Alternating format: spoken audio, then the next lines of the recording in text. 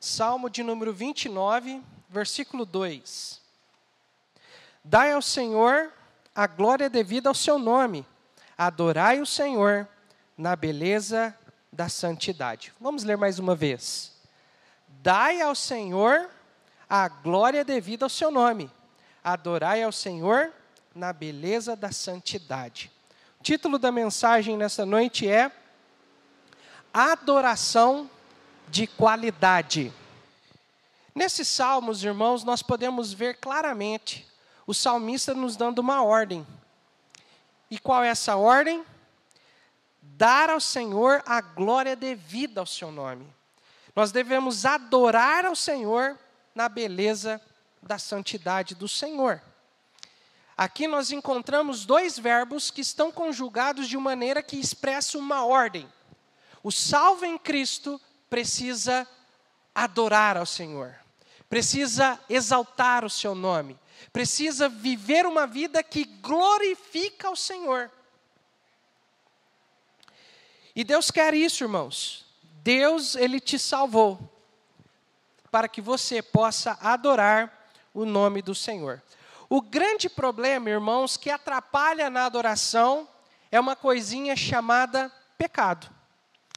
O pecado atrapalhou a adoração, porque Deus criou o homem para viver uma vida, Deus criou o ser humano para viver uma vida na presença dEle, na dependência dEle, e louvando a Deus para todo sempre. Mas, infelizmente, o pecado entrou no mundo. E quando o pecado entrou no mundo, o pecado corrompeu nossa natureza.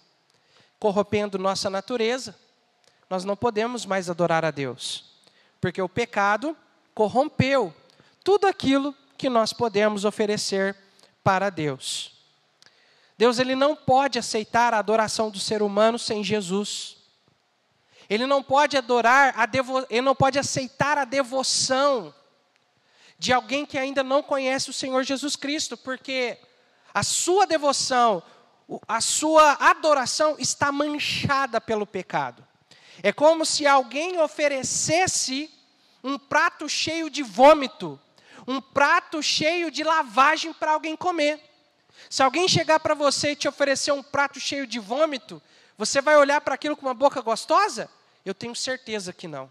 Eu tenho certeza que você não vai aceitar. Aquilo vai te dar náuseas. Aquilo vai fazer talvez algumas pessoas vomitarem também. Então, da mesma maneira, Deus não pode aceitar a nossa adoração, porque a nossa adoração está corrompida pelo pecado. Isaías 64, versículo 4, diz que as nossas obras de justiça é como se fosse um trapo da imundícia. Eu já expliquei isso aqui algumas vezes. Trapo da imundícia é um trapo que as pessoas que tinham algum problema de pele, quando tinha uma ferida, e aquela ferida misturada com sangue, com pus, e aí ela colocava aquela faixa, aquele pano para tampar, uma espécie de curativo. Então, quando a pessoa tirava aquilo, aquela coisa nojenta, aquilo é o trapo da imundícia.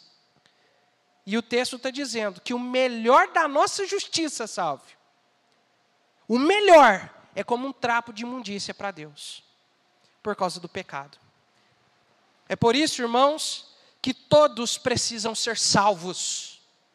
Todos precisam conhecer Jesus Cristo como seu único e suficiente Salvador, para que possam nascer de novo, para que possam ser transformados, para que possam ter os seus pecados lavados no precioso sangue de Cristo, para que, uma vez salvos, possam agora sim oferecer ao Senhor louvores, adoração, uma devoção que Deus pode aceitar, mas por causa de Jesus Cristo.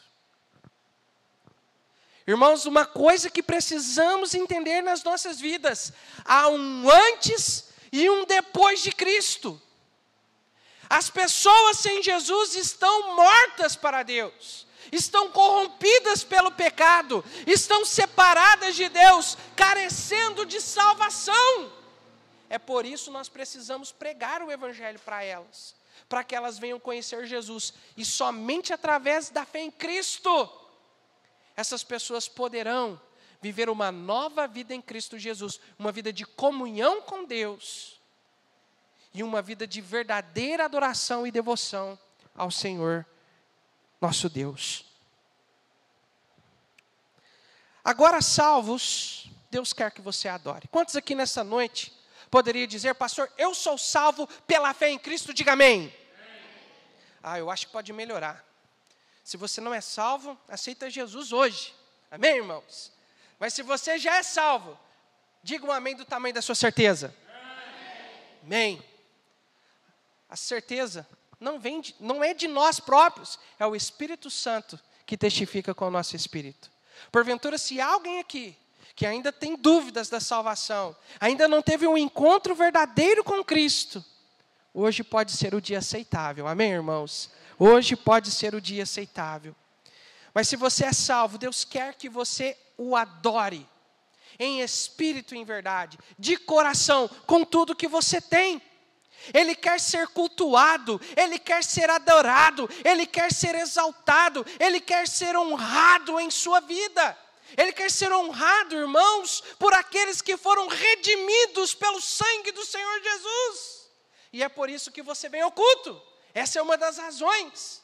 Porque no culto você tem a oportunidade de cantar louvores àquele que te comprou com o precioso sangue de Jesus. Demonstrando sua gratidão por Jesus ter te salvado do inferno, sábio, como o estudo que vocês vão fazer essa semana. Irmãos, temos muito que agradecer a Deus. Temos muito que agradecer. Você está respirando, Jonas? Está respirando? Tá? Então louve ao Senhor. Você tem motivo para adorar, motivo para cantar, motivo para agradecer. Sabe, tem um teto por cima da sua cabeça? Você tem motivo para agradecer. Beto, tem trabalho, tem com que sustentar a sua casa, Beto? Tem motivo para agradecer. Está com saúde? Louve ao Senhor. Está doente? Louve ao Senhor. Mas não deixe de louvar ao seu Deus. Amém, irmãos? Mas, irmãos, em nossa vida de adoração e devoção a Deus, Deus faz pelo menos duas exigências. Quando você vai adorar, quando você vai servir ao Senhor, quando você vai louvar, cantar, enfim, na sua vida de adoração e devoção a Deus, Deus faz duas exigências. E nós vamos ver essas duas exigências nessa noite. A primeira exigência que Deus faz em nossa adoração e devoção,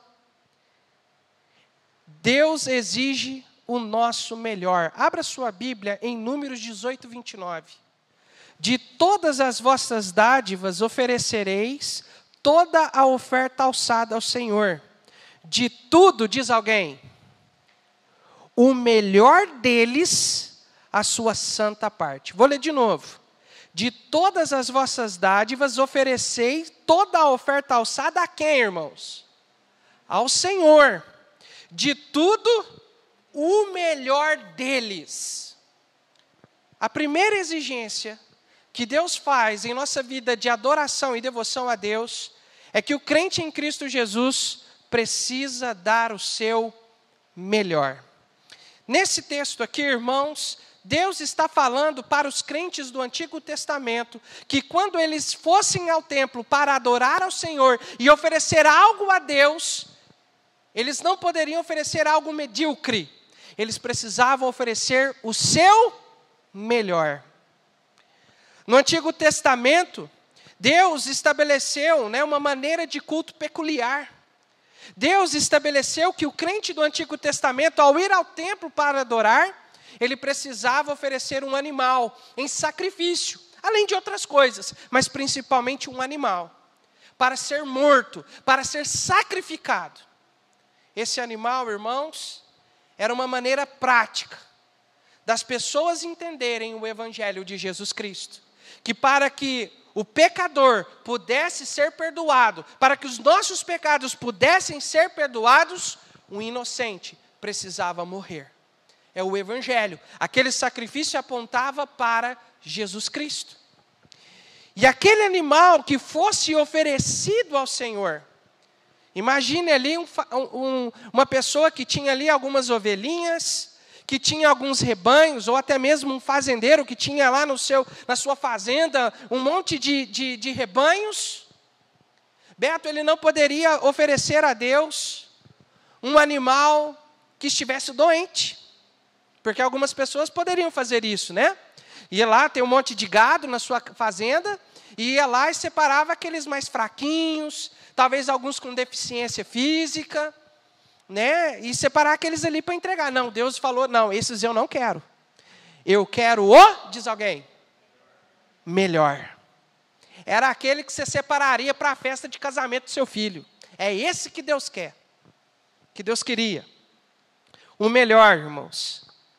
Inclusive, nos dias de Malaquias, lá no livro do profeta Malaquias, nos dias do profeta Malaquias, um dos pecados do povo de Israel e também dos sacerdotes, porque os sacerdotes estavam aceitando, o povo chegava lá com animais doentes, animais com deficiência, inclusive animais até roubados, e oferecia ao Senhor, e o sacerdote aceitava.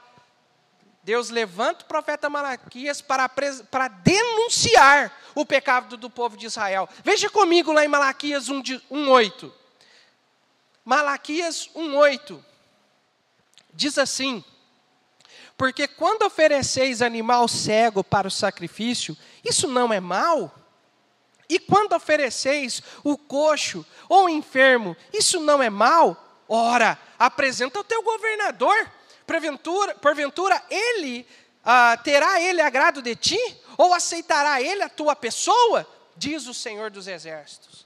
Deus chama a atenção deles e fala: o que vocês estão me oferecendo aí? Coisas medíocres, animais doentes, oferece lá para o seu governador, vê se ele vai se aceitar. Ele não vai, por que eu tenho que aceitar? É isso que Deus está falando para o povo ali nos dias de Malaquias. Irmãos, tudo isso para dizer que Deus, que quando você, irmãos, adorar ao Senhor, que quando você servir ao Senhor, quando for fazer algo para o Senhor, Deus exige de você nada menos do que o seu melhor. Infelizmente, com o passar do tempo, muitos crentes começam a viver uma vida de devoção a Deus, usando aí uma expressão, né?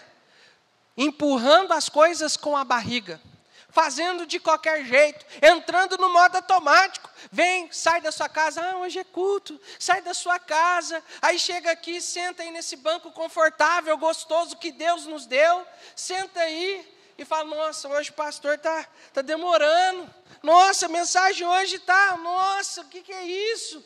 Não quer lá não, pelo amor de Deus, o culto não acaba. Irmãos, não é assim que Deus quer ser adorado.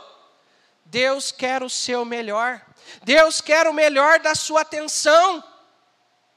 Deus não quer que você esteja aqui, né, principalmente hoje, nós palmeirenses, né? A gente está aqui, né, pensando lá, né? Nossa, hoje o Palmeiras vai jogar, rapaz, campeão hoje, hein? Eita, nós não, irmãos. Deixa o jogo para a hora do jogo, amém? Deixa lá. Nesse momento, você está diante do Rei dos Reis, do Senhor dos Senhores. Ele quer o melhor da sua atenção. Ele quer que o seu coração esteja aberto, escancarado para a mensagem, para que Ele tenha liberdade para te modelar e fazer de você o servo que Ele quer usar. Permita-se ser usado por Deus. Ele quer o melhor da sua adoração.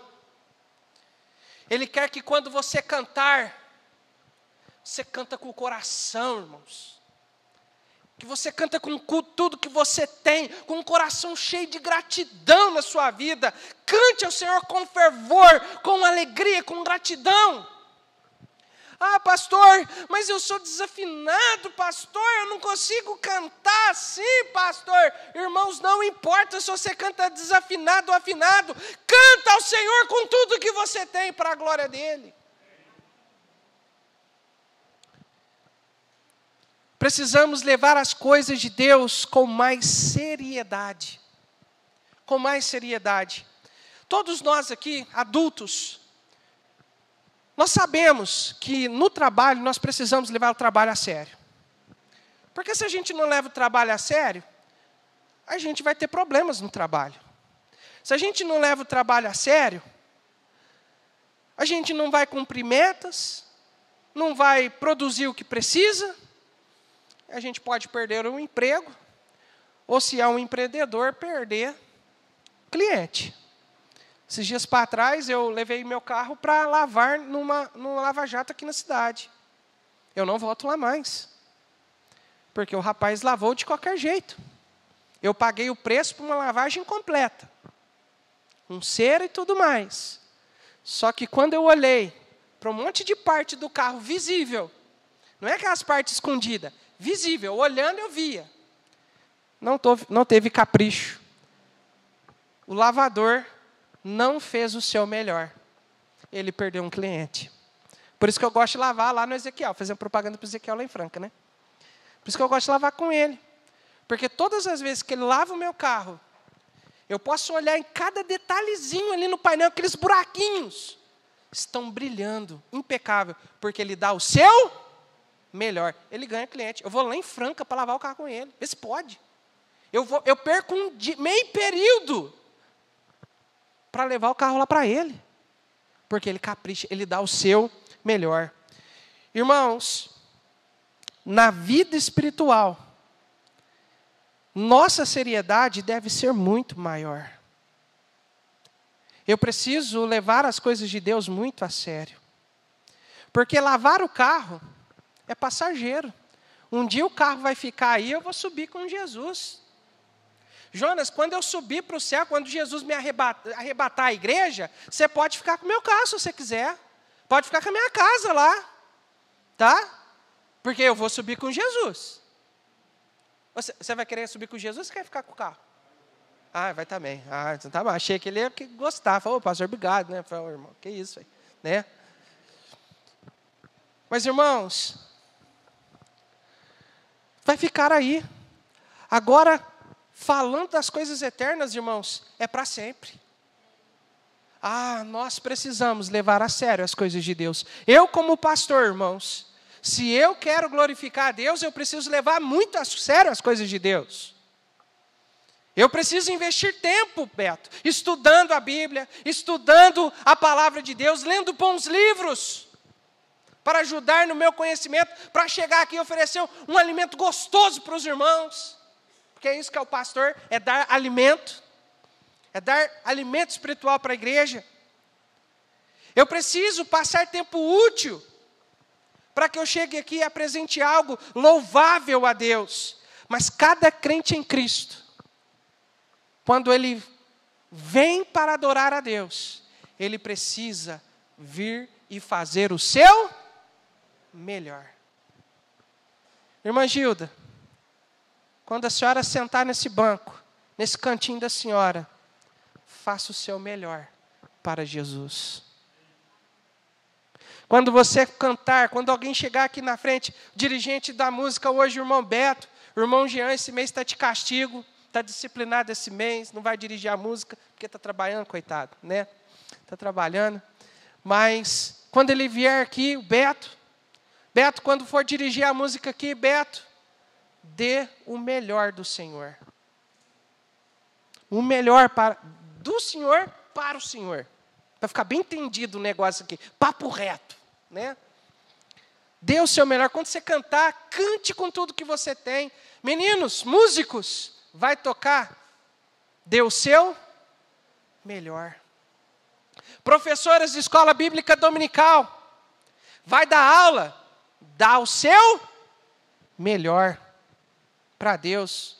Chega mais cedo, arruma a sala de escola bíblica dominical, deixa tudo organizadinho. Ora antes, pede para o Senhor te usar como instrumento para ganhar o coração daquela criança para Jesus. Dê o seu melhor. E é isso que Deus quer das nossas vidas. Mas atenção, meus amados irmãos, não se compare às outras pessoas. O seu melhor pode não ser o melhor do seu irmão. Beto, o melhor do Senhor pode não ser o melhor do Douglas. Mas dentro da sua capacidade, da sua limitação, dê o seu melhor. Não fica com aquele papo de vitimismo assim, ah, mas eu canto mal, Ah, mas a Isabela canta muito melhor que eu. Deixa ela cantar, deixa eu aqui. Não, não, irmãos. Não é isso que Jesus quer, não. Ele quer que você, dentro das suas condições, você dê o seu melhor para Jesus. Uma ilustração para você entender isso melhor. Uma das maneiras que a dona Cátia, a esposa do pastor Roberto, usou para ensinar para as crianças da minha época que nós precisávamos dar o melhor para Deus, foi nos ensinar que quando nós fôssemos à igreja, nós tínhamos que usar a melhor roupa que a gente tinha no guarda-roupa. E eu vou falar, ela podia falar, porque ela dava roupa para nós. Ela me dava camisa, ela me dava calça, me dava gravata. O pastor Roberto direto chegava em nós lá e falou, cadê a gravata? E ele não podia cobrar, ele dava. Ele dava, né? Ele cobrava. Né? O melhor, falou, vem para a igreja com o seu melhor. Está precisando de sapato? Eu vou providenciar. Está precisando de camisa? Eu vou providenciar. Está precisando de calça? Eu vou providenciar. Mas ele queria que nós, as crianças, a nossa geração ali, fosse com o nosso melhor para a casa do Senhor. Meus amados irmãos, essa ilustração, essa maneira que ela usou, serve para nós também.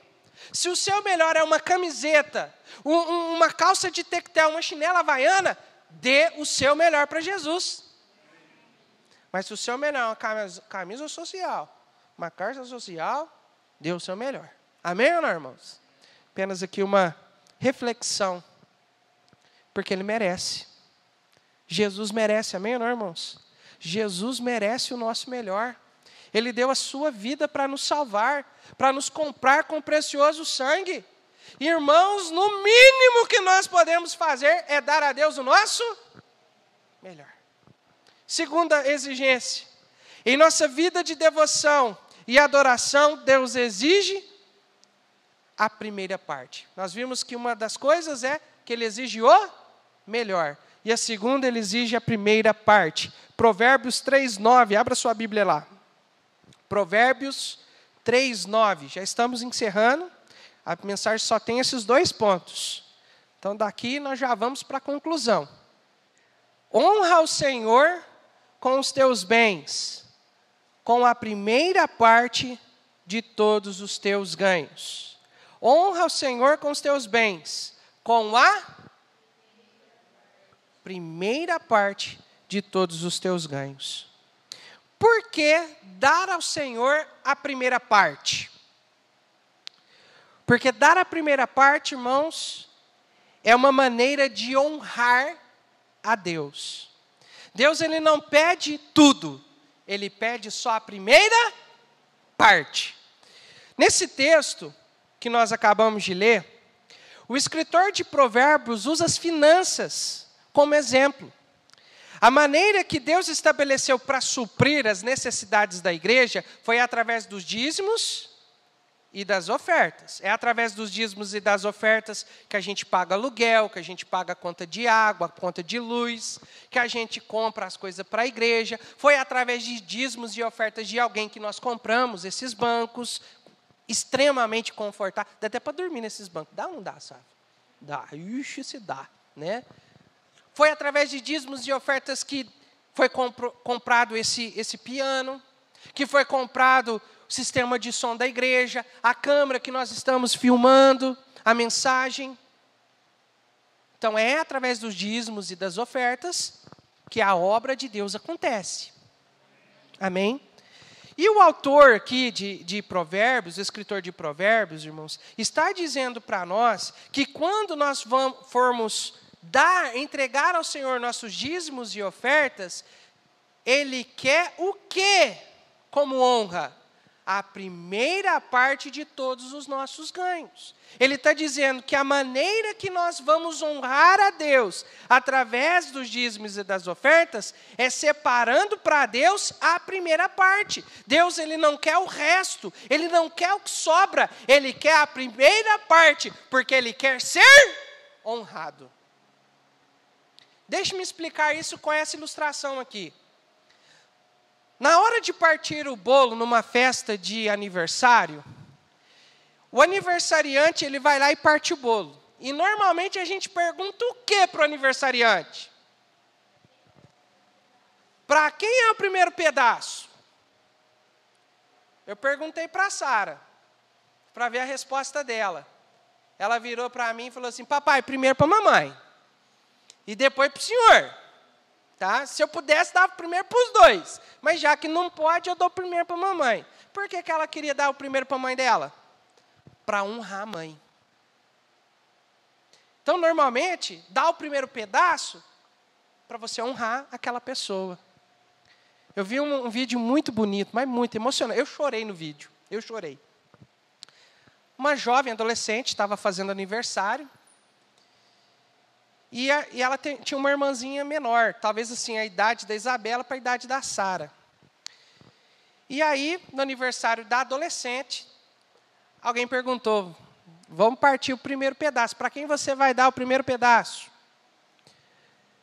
Aí ela começou a falar: eu vou dar para alguém, né, que eu amo, que eu faço isso. E ela começou a falar coisa muito bonita. Mas não deu a entender que era para a irmã. Ela estava falando de alguém, talvez a mãe, o pai, uma amiga, né? E foi falando, e foi falando, e foi falando, e foi falando. E essa menininha começou a ficar assim vidradinha, porque ela estava falando um monte de coisa bonita, né? Que é minha companheira, uma pessoa que eu posso contar com ela todas as horas. Eu orei por ela, eu pedi por ela. E foi falando, de repente, é para você, minha irmãzinha. Na hora que ela estendeu a mão para entregar para a irmãzinha não quis nem o bolo. Ela já abraçou a irmã e chorava copiosamente abraçada com a irmã. Tipo assim, eu não acredito que você está falando isso para mim. Ela se sentiu honrada por isso. Irmãos, Deus, Ele não quer o bolo todo. Ele só quer a primeira parte. Mesmo que você venha pegar a primeira parte para você e falar assim: não, todo bolo é de Deus. Você não está honrando Deus. Porque você só vai honrar Deus se você dar o quê? A primeira parte. E é isso que Deus quer de nós, irmãos. Aplicando isso para nossas vidas, quando você acorda, qual que é a primeira coisa que você faz? É levantar e fazer um café? É colocar a roupa para lavar? É ver as mensagens do WhatsApp? Ou as postagens da rede social? Se você está fazendo isso, você não está honrando Deus. Deus quer a primeira parte do seu tempo, meu amado irmão. Ele quer ser honrado. E quando você acorda falando: eu quero honrar a Deus com a primeira parte, Ele é honrado por sua vida. Então, quando você acordar, irmãos, você pode ir lá no banheiro, se higienizar, lavar o rosto para dar uma despertada. Talvez até colocar a caneca no fogão para esquentar a água, se você gosta de um cafezinho. Mas a primeira coisa que você precisa fazer é dobrar os seus joelhos e falar com aquele que tanto te ama e te comprou com precioso sangue. Fale com Ele, demonstre para Ele que você quer honrá-lo, que Ele é importante na sua vida, que Ele é a sua prioridade. Dê a primeira parte do bolo para o seu Deus.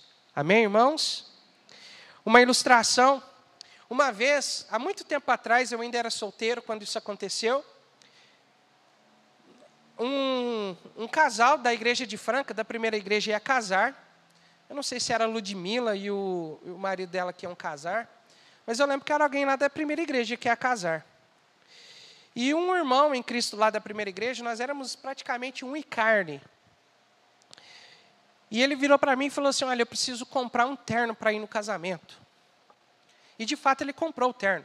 Naquela semana mesmo ele deu um jeito e comprou o terno. Só que no próximo culto, e eu vi ele nesse culto, ele estava com o terno, que ele comprou para o casamento. Eu cheguei nele, na minha ingenuidade, cheguei nele e falei assim: ué, irmão, você não falou que ia comprar o terno para ir no casamento? Ele falou assim: sim, comprei para ir no casamento. Mas eu quero oferecer a primeira parte para Deus. O que você tem feito para honrar a Deus.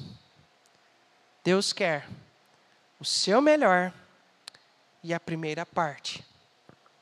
Que nós possamos, irmãos, como salvos em Cristo, dar a Deus o que Ele merece. Como nós lemos hoje no começo do culto, dar ao Senhor a glória que Ele é devida.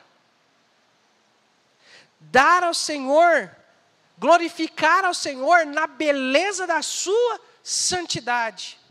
Então, meus amados, Deus merece nada menos que o nosso melhor. Ele merece a nossa honra, a glorificação por nossa parte.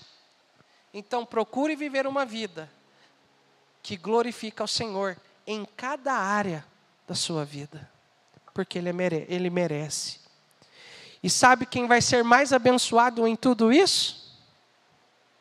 Você, eu, nós, todos, vamos ser abençoados por Deus. Então, irmãos, coloque o propósito na sua vida. Dê o seu melhor. E a primeira parte de tudo que Deus tem te dado para a honra do nome do Senhor. Amém?